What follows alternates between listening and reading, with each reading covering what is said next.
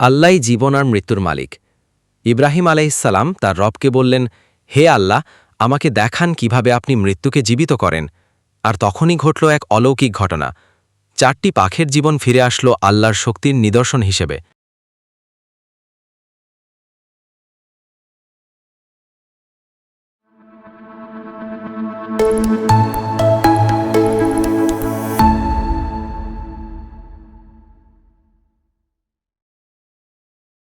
আসসালামু আলাইকুম ওয়ারাহমাতুল্লাহ।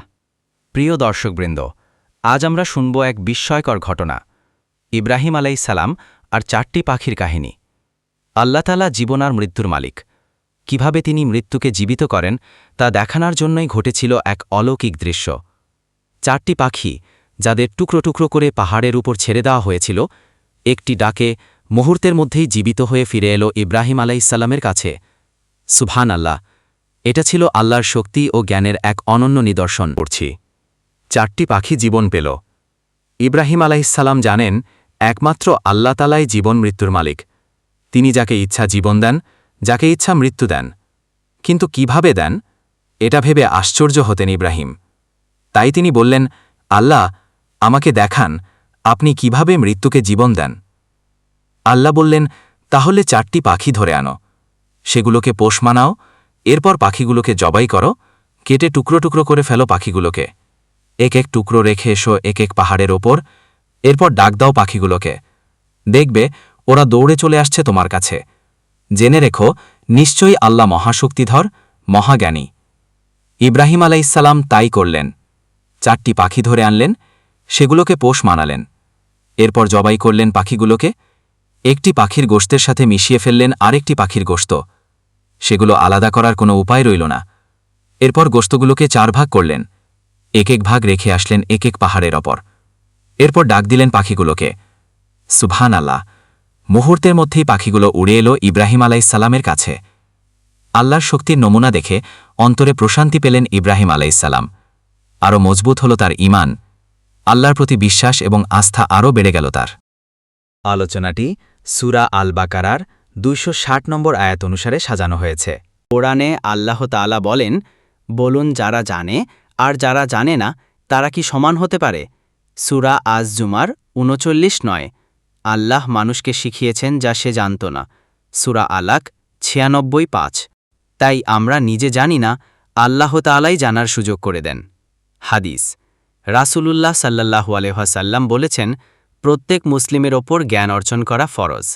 ইবনু মাজাহ 224। রাসূলুল্লাহ সাল্লাল্লাহু আলাইহি ওয়াসাল্লাম বলেছেন, যে ব্যক্তি জ্ঞান অর্জনের পথে বের হয়, আল্লাহ তার জন্য জান্নাতের পথ সহজ করে দেন। সহিহ মুসলিম, হাদিস 2699। ভালো থেকো শূন্যতা অফিসিয়াল চ্যানেলের বৈশিষ্ট্য: 1. আবেগময় শর্ট ভিডিও। 1. আবেগময় ফুল ভিডিও। 3. ইসলামী ইতিহাস ও ইসলামিক গল্প। 4. কোরআন হাদিস থেকে মাসালা মাসায়েল। 5. জীবনের নানান মুহূর্তের আবেগঘন আলোচনা। 6. এবং আরও নানা ইসলামিক আলোচনা। প্রিয় দর্শক, ভিডিওটি যদি হৃদয় ছুঁয়ে যায়, তবে শুধু নিজের মধ্যে সীমাবদ্ধ রাখবেন না, আপনার প্রিয় মানুষ, বন্ধু বা পরিবারের সাথে শেয়ার করুন।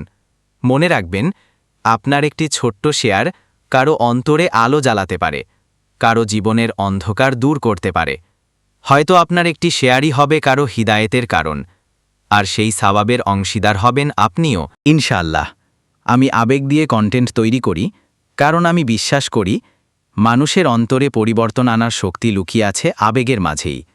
হয়তো আমার এই সামান্য প্রচেষ্টা কারো ভাঙা মন জোড়া লাগাবে, কারো অন্ধকার রাতকে আলোর ভোরে রূপান্তর করবে, অথবা কারো জীবনে নতুন করে বাঁচার অনুপ্রেরণা জাগাবে।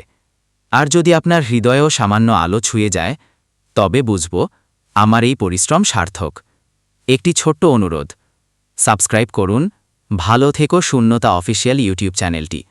সাবস্ক্রাইব করার পর বেল আইকনে ক্লিক করে অল সিলেক্ট করে রাখুন, তাহলে নতুন ভিডিও প্রকাশ হলে সবার আগে আপনার কাছে পৌঁছে যাবে।